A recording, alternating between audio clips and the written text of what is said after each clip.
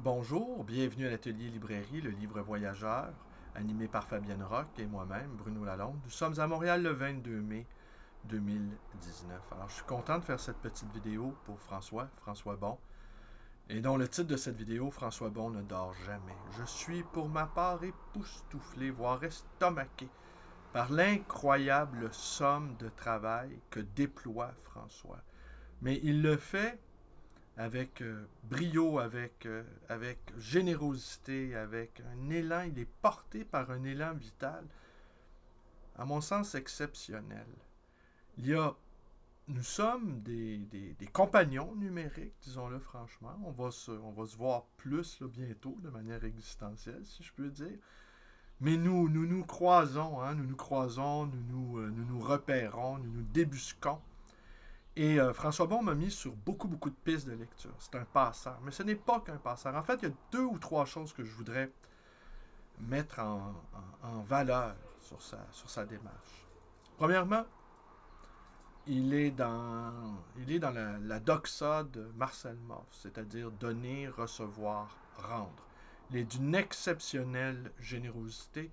Nous sommes nombreux à non pas se grouper autour de lui, parce que je ne crois pas qu'il accepterait cette figure-là du maître. Je ne crois pas qu'il apprécie la hiérarchie du savoir, n'est-ce pas? Je ne crois pas que c'est son fait. Il est plutôt dans la communication qui se transversale, qui se percute, qui permute, qui est en mouvement. Alors, pour ma part, il m'a mis sur la piste de beaucoup de penseurs, Simondon, Judith Schlanger, pour ne nommer que les noms qui me viennent en tête. Là.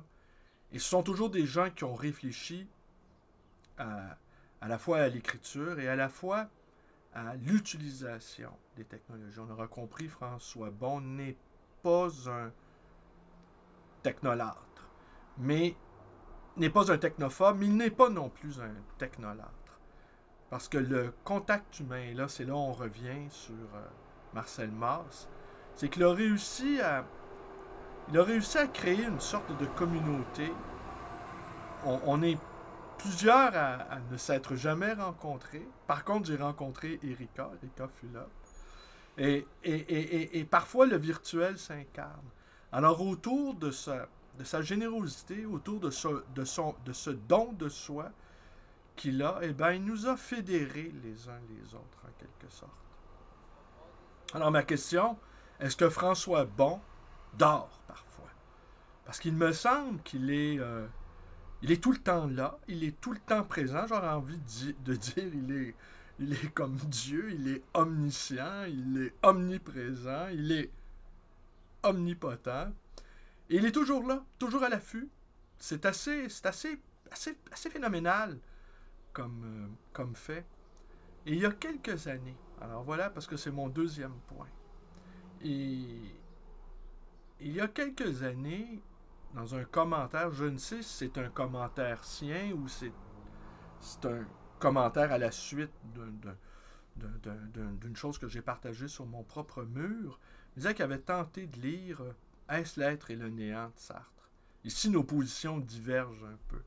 Et au bout de quelques pages, il en a eu marre et il a balancé le livre. Est-ce qu'il l'a balancé dans les égouts? Mon souvenir n'est pas net à ce propos.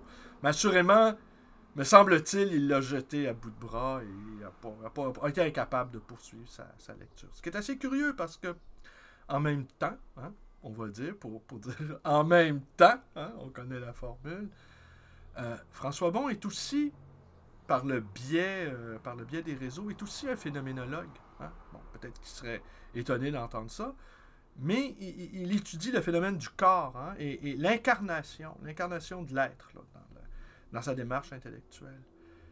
Et très certainement, bon, cette figure de Sartre, d'intellectuel engagé, eh bien, vraisemblablement, il la récuse. Mais, et c'est là, à mon sens, sa suprême habileté, c'est que François Bon ne fait jamais de base politique, ne fait jamais sur des centaines et des centaines, voire des milliers de statuts que j'ai lus et de plusieurs textes que j'ai lus, le factuel en politique, le, la vie courante des choses politiques, que ce soit les élections, que ce soit le mouvement des Gilets jaunes ou autres phénomènes, eh bien, c'est comme si ça n'existait pas.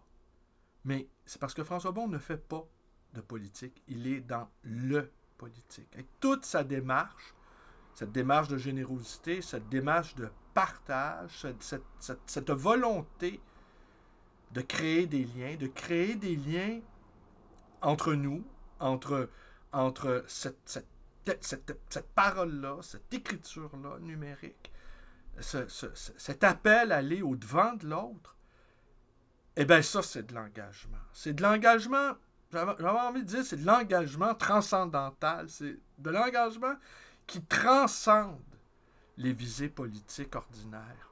Et en ce sens-là, même s'il a balancé le livre de Sartre là, à la poubelle, à mon avis, François Bon est un authentique auteur engagé. On l'a vu également aussi dans ses ateliers d'écriture. Il a donné la parole à des gens en marge de la société. Il a fait un livre, j'aimerais bien lire d'ailleurs, où il animait des ateliers d'écriture avec des SDF, hein, des sans-abri, des sans-domicile fixe. Et ces gens-là aussi ont des choses à offrir, ont des choses à dire. Alors, il y a un paquet de gens qui ont des choses à dire, qui ont des choses à offrir. Et François Bon devient une sorte de vecteur pour cette parole. Alors, je suis content de faire cette petite vidéo. J'ai hâte de le rencontrer. Je ne sais si cette vidéo va être diffusée après, ben, sans doute après. Alors, on se sera vu pour cette fameuse soirée Lovecraft qui va se tenir ici dans l'atelier librairie, le livre voyageur. Alors, je suis ravi de l'avoir pour ami. Je suis ravi de le connaître. Je suis ravi d'avoir ses livres dans ma bibliothèque. Je suis ravi d'en avoir lu quelques-uns. Ça m'épate, sa somme de travail. Je suis époustouflé par la somme de travail. Et il ne sait de rien. Il ne sait de rien, jamais. Voilà. Alors, merci François. Merci d'être ce que t'es. De ton ami, libraire et internaute, hein, disons-le, Bruno Lalonde. Merci. Bonne journée à tous.